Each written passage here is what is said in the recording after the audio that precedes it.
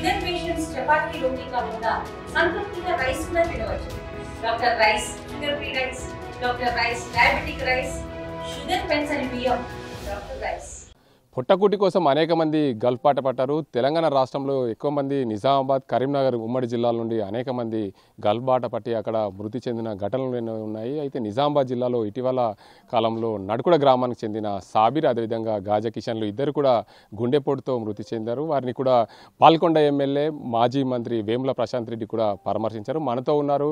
Gulf కార్మికులకు ఈ కాంగ్రెస్ ప్రభుత్వం ఇస్తామన్న ఆ పాలసీకి సంబంధించి 5 లక్షల రూపాయలు ఇవ్వడం లేదు. దానికి అంతకు సంబంధించి అసలు గల్ఫ్ కార్మికుల పరిస్థితి ఎలా ఉంది, వారు ఏం డిమాండ్ చేస్తున్నారు అనే అంశానికి సంబంధించి మనం వేముల ప్రశాంత్ రెడ్డి గారితో మాట్లాడారు. సార్ చెప్పండి, ప్రధానంగా ఉత్తర తెలంగాణలో అత్యధికంగా గల్ఫ్ బాట పడతారు. ప్రధానంగా నిజామాబాద్ జిల్లాలో ఇటీవల కాలంలో నడుకుడ గ్రామానికి చెందిన ఇద్దరు మృతి చెందారు. గుండెపోటు రావడం, పాపం ఒక కుటుంబాన్ని అయితే కన్నీరు చివరి చూపు కూడా నోచుకోలేని పరిస్థితి, సౌదీలోనే అంత్యక్రియలు చేసిన పరిస్థితి. మరో కుటుంబానికి నిన్న 2 రోజుల క్రితం అతని మృతదేహం కూడా రావడం జరిగింది. దానిపైన ఏమంటారు సార్? మీరు చెప్పింది వాస్తవం అండి. నడుకుడ నా నియోజకవర్గం పచ్చనకుడ గ్రామంలో పాపం గల్ఫ్లో మరణించిన వారి కుటుంబీకుల పరిస్థితి చూస్తే చాలా వర్ణాతీతం, చాలా బాధగా ఉన్నది.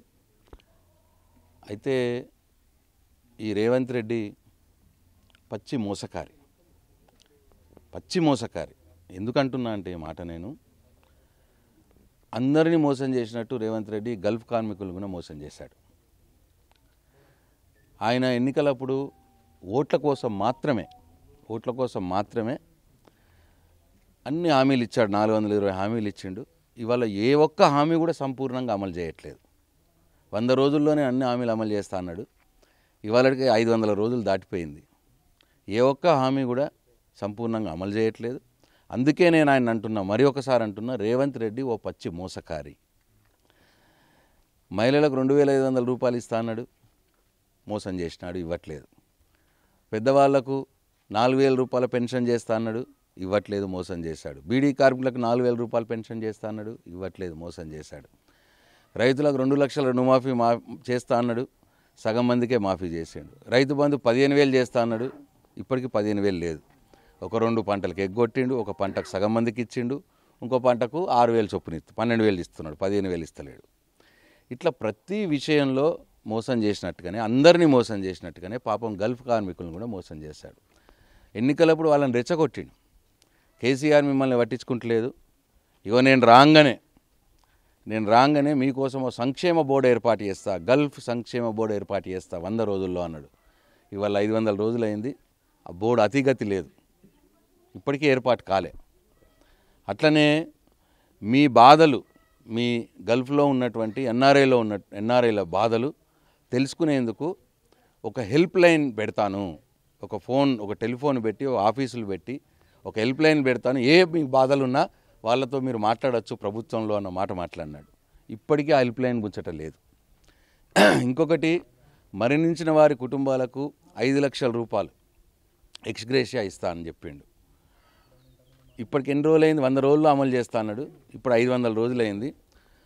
ఏదో తూతూ మంత్రంగా ఆ ఎక్స్గ్రేషియా ఇచ్చే కార్యక్రమం ఎప్పుడైతే పెట్టిర్రో వేములవాడలో ఆది శ్రీనివాస్ గారు దగ్గర పెట్టి ఆ నియోజకవర్గానికి సంబంధించిన 2కో 3కో ఇచ్చినారు, అంతే. మా బాల్కొండ నియోజకవర్గంలో నిజామాబాద్ జిల్లాలో ఇప్పటికీ గల్ఫ్లో మరణించిన ఏ ఒక్క కుటుంబానికి కూడా 1 రూపాయి కూడా రాలేదు. వాళ్ళని మోసం చేశాడు. ఇట్లా పచ్చి అబద్ధాలు మాట్లాడి నిండా మోసం చేసి ఓట్లు వేయించుకొని గెలిచి ఇవాళ ముఖ్యమంత్రి రేవంత్ రెడ్డి పరిపాలన సాగుతూ ఉన్నది. ఇగో వాళ్ళ మేనిఫెస్టో, గల్ఫ్ కార్మికులు ఎన్ఆర్ఐల సంక్షేమం, ఎన్ఆర్ఐలకు సంక్షేమ బోర్డు ఏర్పాటు చేస్తాం, లేదు, ఇప్పటికీ కాలేదు. గల్ఫ్ కార్మికులు ఎదుర్కొంటున్న సమస్యల పరిష్కారం కోసం గల్ఫ్ సంక్షేమ బోర్డు ఏర్పాటు చేస్తాం, ఇప్పటికీ ఏర్పాటు కాలేదు. మరణించిన గల్ఫ్ కార్మికుని కుటుంబానికి రూపాయలు 5 లక్షల ఎక్స్గ్రేషియా చెల్లింపు, ఇప్పటికీ ఎవరికి 5 లక్షల రూపాయలు ఇవ్వలేదు. కేవలం ప్రోగ్రాం లాంచింగ్ రోజు ఆది శ్రీనివాస్ గారి వేములవాడ కాన్స్టిట్యున్సీలో ఒక 3కో 2కో ఇచ్చారు. మా నిజామాబాద్ జిల్లాలో బాల్కొండ నియోజకవర్గంలో ఇప్పటికి ఒకరికి కూడా రాలేదు. విదేశాల్లో ఉన్న వలస కార్మికుల సమస్యలు తెలుసుకునేందుకు టోల్ ఫ్రీ హెల్ప్ లైన్ ఏర్పాటు చేస్తాం, ఇప్పటికీ లేదు. టోల్ ఫ్రీ హెల్ప్ లైన్ అంటే ఒక ఫోన్ పెట్టడమే, అది కూడా చేయలేదు ఈ ముఖ్యమంత్రి. ఇగో ఇది వాళ్ళ తెలంగాణ రాష్ట్ర కాంగ్రెస్ కమిటీ అసెంబ్లీ ఎన్నికలు అభయహస్తం manifesto page number 36 page number 35 page number 36లో వాళ్ళ ఎన్నికల మేనిఫెస్టోలో పెట్టిన ఏ ఒక్క హామీని కూడా గల్ఫ్ కార్మికుల కోసం ఈ ముఖ్యమంత్రి 100 రోజుల్లో అమలు చేస్తా అన్నాడు. 500 రోజులైనా ఏ ఒక్క హామీ అమలు చేయలేదు. అందుకే నేను అంటున్నా, ఈ ముఖ్యమంత్రి నువ్వు పచ్చి మోసకారివి, ప్రజల్ని మోసం చేస్తున్నావు, ఈ పాపం నీకు తగలక మానదు అని చెప్పి నేను ముఖ్యమంత్రికి హెచ్చరిస్తా ఉన్నా. ఇప్పటికైనా ఈ గల్ఫ్ కార్మికుల బాధలు పట్టించుకోండి. మీరు ఇచ్చిన మాట ప్రకారం మరణించిన కుటుంబాలకు 5 లక్షల ఎక్స్గ్రేషియా ఇవ్వండి. గల్ఫ్ సంక్షేమ బోర్డు ఇమీడియట్గా ఏర్పాటు చేయండి.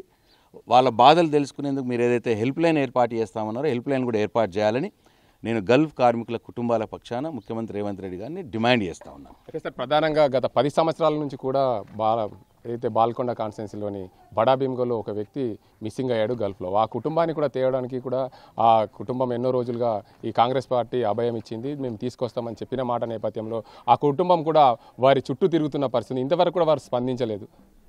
నేను ఇప్పుడే బడా భీమ్గల్ కూడా వెళ్ళొచ్చాను.